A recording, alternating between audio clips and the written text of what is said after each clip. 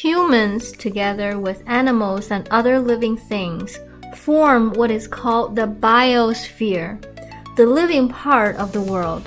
Since modern humans first appeared in Africa about 200,000 years ago, we have colonized virtually the entire world, even hot deserts and the ice-cold Arctic. As we have done so, our impact on the biosphere has been far-reaching. The human footprint on planet Earth is deep and broad.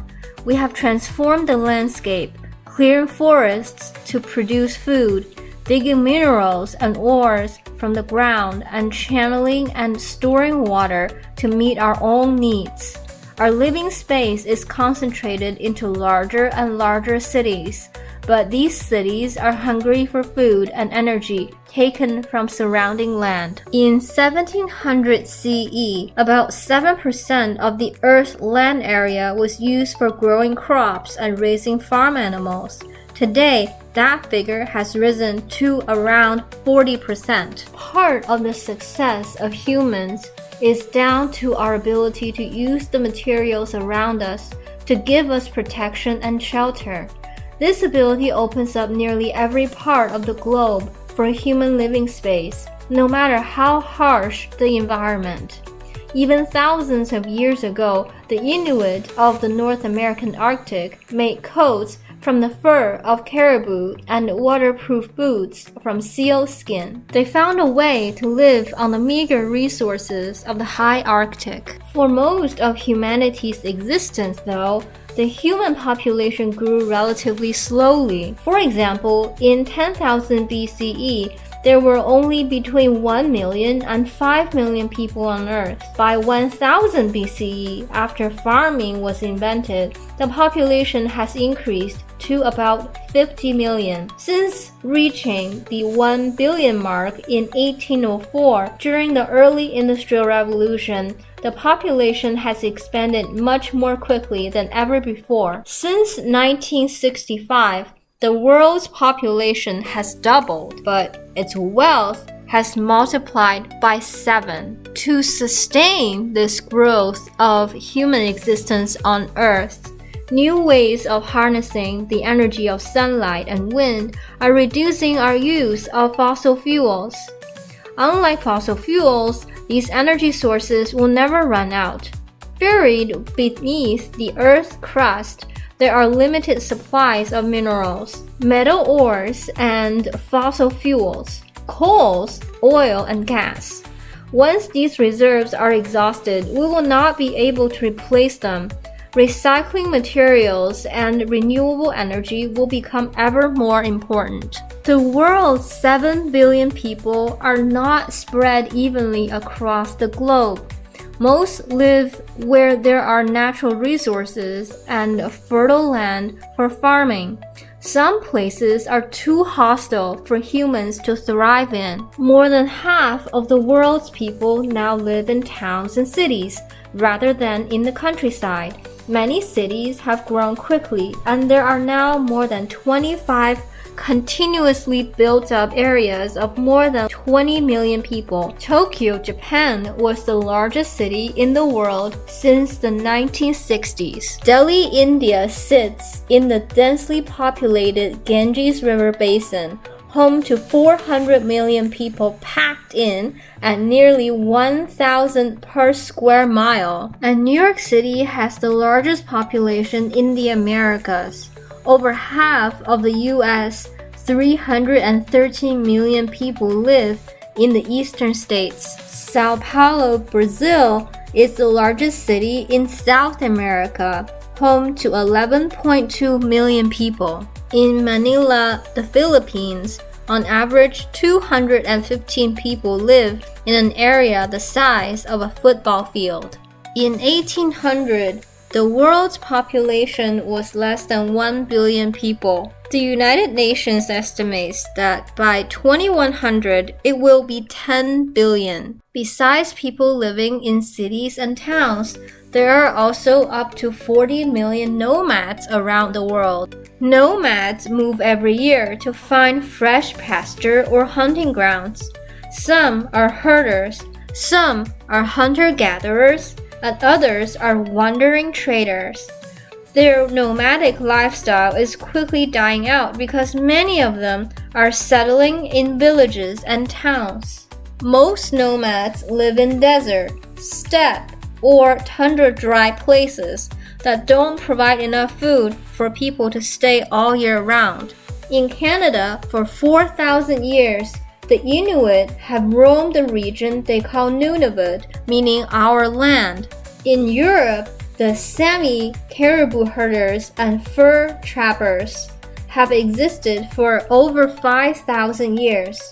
There are also 8 to 10 million Roma worldwide, mostly in Europe, and every year the Nenets move huge herds of caribou up to 600 miles. In Australia, groups of Aboriginals have lived all over the land for about 60,000 years. Poorer developing nations tend to have younger and faster growing population than wealthier developed countries, whose populations are aging and sometimes even declining. By 2050, the world's median age is expected to be 38 years. By 2100, about 22% of the world's population will be aged 65 or over, compared with 7.6% in 2010. The US population's median age is 36.9 years. About 20% of its population are aged 0 to 14.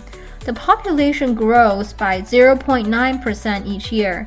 In Mexico, where 28.8% of the population is 0 to 14 years old, the median age is 26.7 years, while Guatemala is the youngest population in Central America, with a median age of about 19.7 years. Guyana's median age of 23.6 years is the lowest in South America. About 32% of Guyanese are aged 0 to 14, and Uruguay is the country with the highest median age in South America at 33.7 years. Africa is the continent with the youngest population, with a median age of only 19.7 years, while in Japan the median age is 44.6 years. Only in the tiny Principality of Monaco is it higher at 48.9. Nearly 23% of Japan's population are older than 64 years. The most important factors that influence people's health are where they are born and the conditions in which they grow up and live. People who live in richer, more developed countries who have enough food to eat and access to clean water and professional health care can expect to live much longer than those who do not. A child born in Swaziland is nearly 30 times more likely to die before the age of 5 than a child born in Sweden. Monaco has only 151 patients for every doctor, the lowest patient-doctor ratio in the world. Most healthcare is funded by private health insurers. In South Sudan, a long-term shortage of food means that 1/3 of all its children are underweight, while Japan's healthcare system has been ranked by the World Health Organization as the best in the world. In Afghanistan, about 1 in 23 mothers die in childbirth or from pregnancy-related causes, the highest rate in the world. The world as a whole had a life expectancy of 30 years in 1900. Today, it's at 67 years. Infectious diseases are illnesses that pass between people and that can spread rapidly.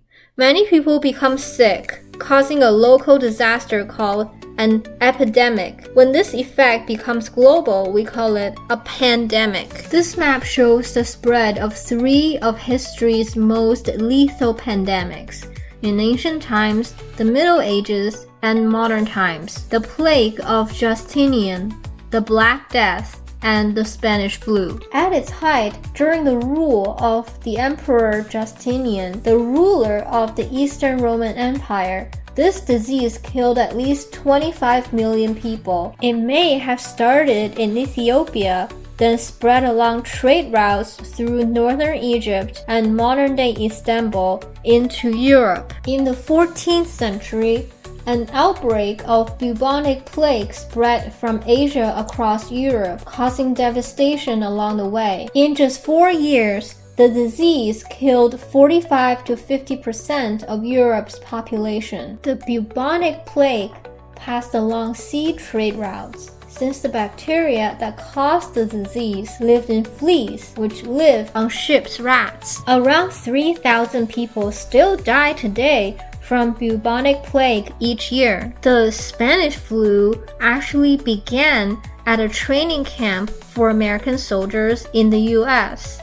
The disease spread quickly when infected soldiers traveled to Europe to fight in World War I. Troops returning home from Asia after the end of World War I brought Spanish flu back with them. In August of 1918, a second wave of Spanish flu crossed the Atlantic and hit the port city of Freetown, Sierra Leone. In the same year, the Spanish flu was brought to New Zealand by soldiers returning home from fighting in World War I in Europe as well. The Spanish flu may have killed up to 100 million people. That's more than the total number of deaths during World War I. Global poverty is lower than it has ever been, but 1 in 4 people in the developing world still lives on less than 1.25 a day. Sub-Saharan Africa has by far the most cases of extreme poverty. Almost half of the people cannot afford basic necessities. Over 3 billion people live on less than $2.50 a day, and 4 out of every 5 people live on less than $10 a day. Although between 1981 and 2005, 5 million people came out of extreme poverty, more still needs to be done. Liberia has the highest proportion of poor people in the world. A shocking 83.7% of the country live below the 1.25 a day line. Even in the US, the poorest 40% of Americans own 0.3%, a tiny fraction of the country's wealth, while the top 20% own about 85% of the total wealth of the nation. In India, despite the country is generally becoming wealthier, over 40% of the population, about 500 million people, live below the international extreme poverty line. In Vietnam, about 1/3 of the people have lifted themselves out of poverty since the 1980s. The average income went from $100 a year in 1986 to $1,130 by the end of 2010. In 1981, 85% of the population that lived in China are living on less than 1.25 a day. In 2005, that figure was 16%, and it's still falling.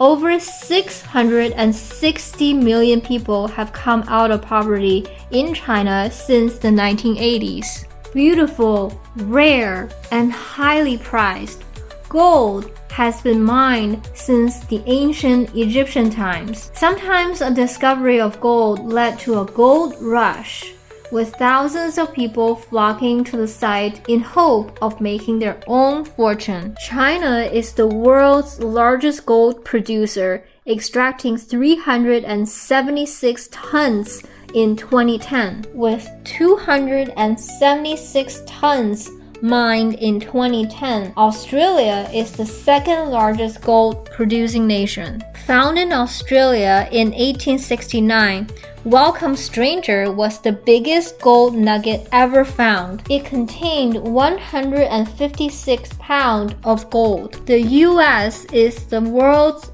third largest gold producer, mining 250 tons annually. Of the 182,000 tons of gold now above ground, more than half is now jewelry. 1/5 is stored as reserves in central banks. Some of the rest exist as parts in engineering, such as electric cables and protective coatings on spacecraft. Still more is in the hands of investors waiting for the right time to sell. All the gold that has ever been mined would make a cube of 67 feet along each side. Some billionaires inherit wealth, others get rich through banking, making or trading goods, or inventing new things. Not surprisingly, billionaires tend to be concentrated in more prosperous nations. This map shows the citizenship of the world's richest people and value of their fortunes in billions of US dollars. The US has the world's largest economy, worth around $15.5 trillion, and the world's third largest population. In 2011, Africa was the continent with the fewest billionaires, just 14 of them. Some examples of billionaires include Bill Gates, who founded Microsoft software firm in 1975 and now devotes himself to charity work.